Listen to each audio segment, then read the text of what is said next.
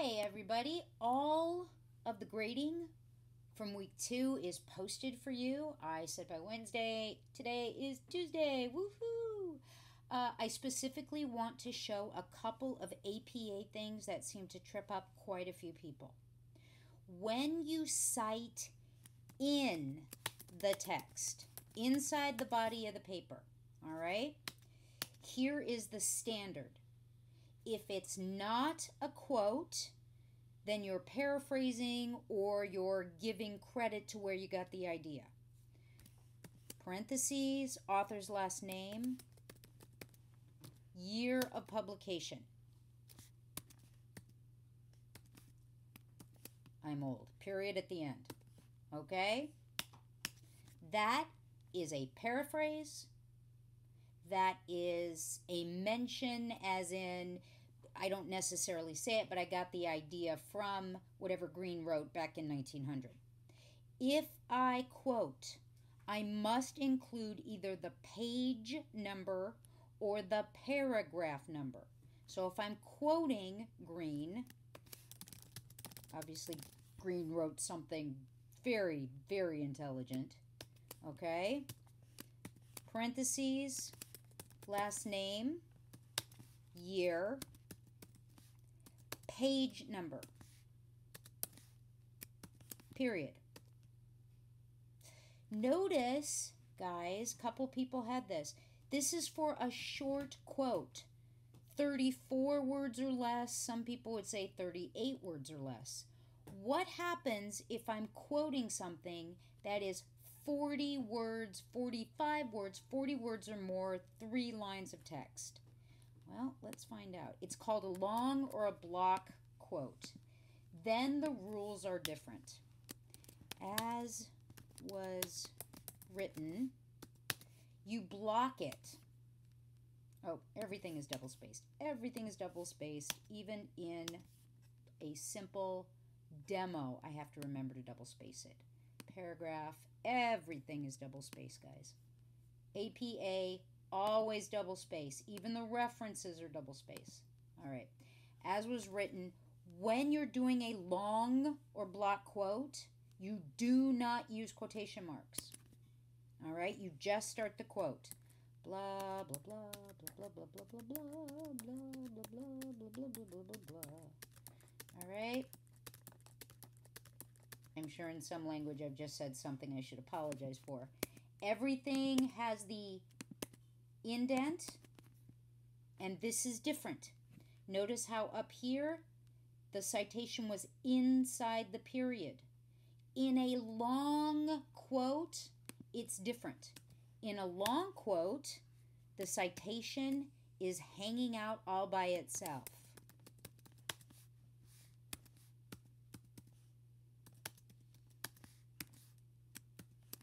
Got it? Short quote inside the period. Long quote, because the whole thing is indented, I do not use quotation marks, and the citation lives all by itself outside of the period. All right? So, with that said, those are the basics for in-text citation. Although, let me add one more thing. If there are 2 or 3 or 4 authors, you always list them all. So if you're citing something written by Green and Brown, it would be Green and Brown, comma. Same thing, it's a quotation, Green and Brown, comma. Same thing here, Green and Brown.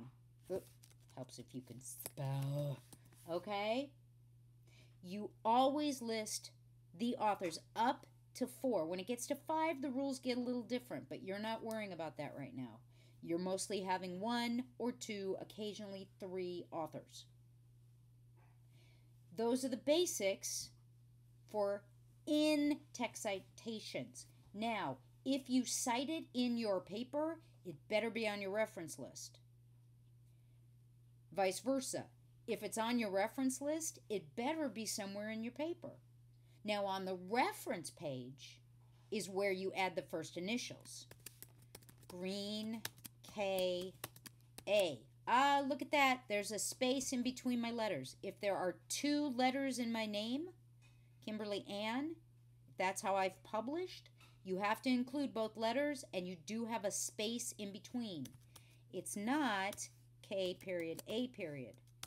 It's K period space A period, comma. I know it seems nutty when there's only 2, but always before the ampersand, there's always a comma.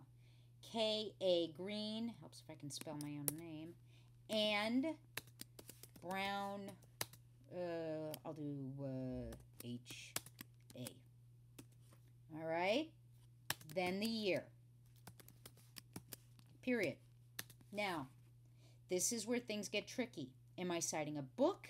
Am I citing a website? Am I citing a journal article? Am I citing a video? Different rules for each one. I'm going to show you a book because this is the #1 mistake everybody made. The awesome rules of the game. Oy vey's mer. The awesome rules of the game, period. Hey, wait a minute. That's not how it looks on the cover of the book. On the cover of the book, it looks like this. But guess what, guys? On the reference page with books, you only cap proper nouns and the first letter of the first word. Period. Guess what? Title of the book is always in italics. The title of the book. Note the capping, and then it's in italics. Now, city and state of publication. State, use the abbreviation. Now, what if it's New York or LA? Then you can just do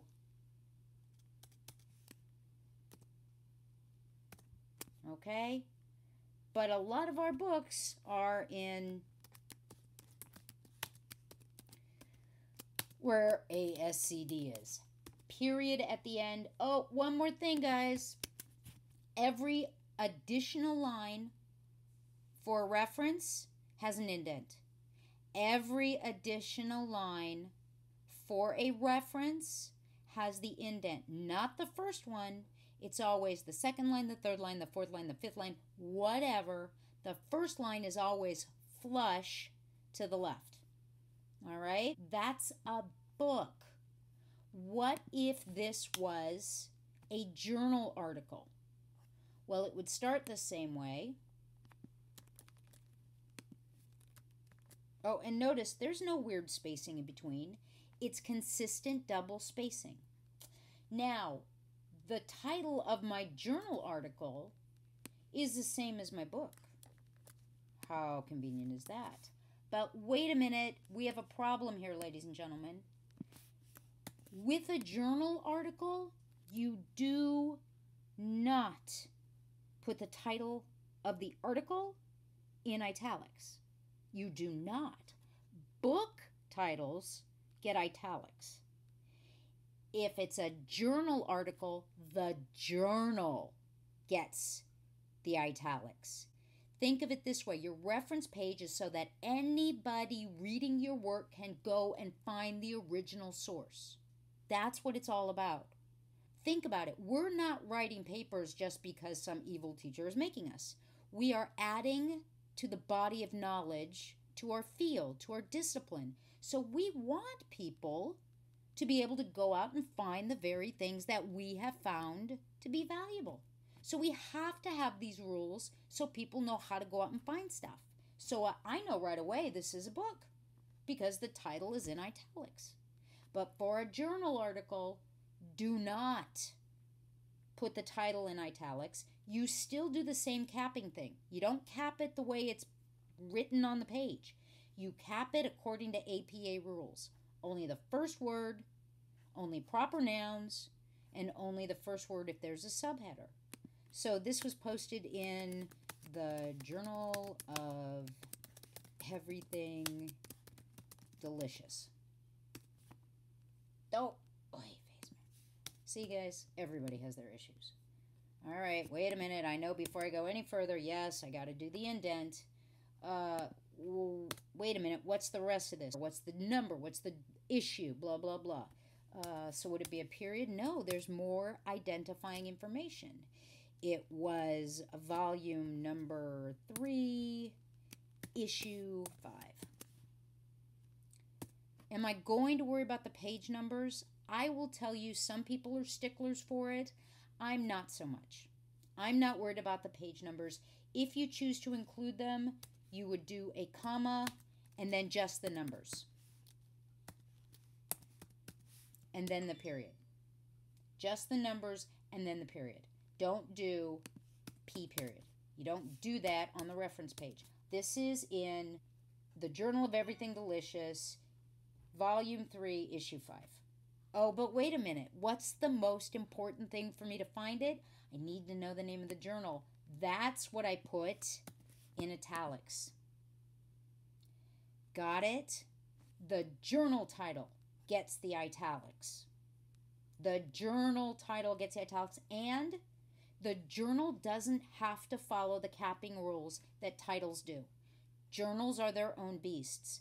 I write the title of the journal the way it is published.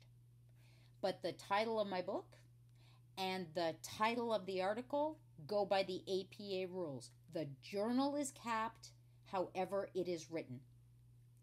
One last thing. Where did I get this journal?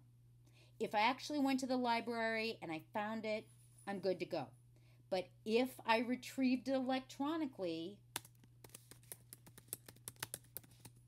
I need to put the URL. If I got it from the Leatherby Library, there's usually a solid URL I can get. All right? If it's from EBSCO, one of those primary educational databases, they'll give you a URL. If you click in the upper right-hand corner, you'll see permanent citation. All right? Blah, blah, blah, blah, blah, blah, blah, blah, blah. No period at the end of a URL. No period at the end of the URL. You just leave it. Now, here's the last thing. We had a couple people cite YouTube. Depending on if it's a video of a person being interviewed or if it's an organization, like with the Masiello, it's totally appropriate to either do the organization or the individual being interviewed. For Masiello, I was fine if you cited him. All right, I'm just spelling off the top of my head, so don't quote me on this.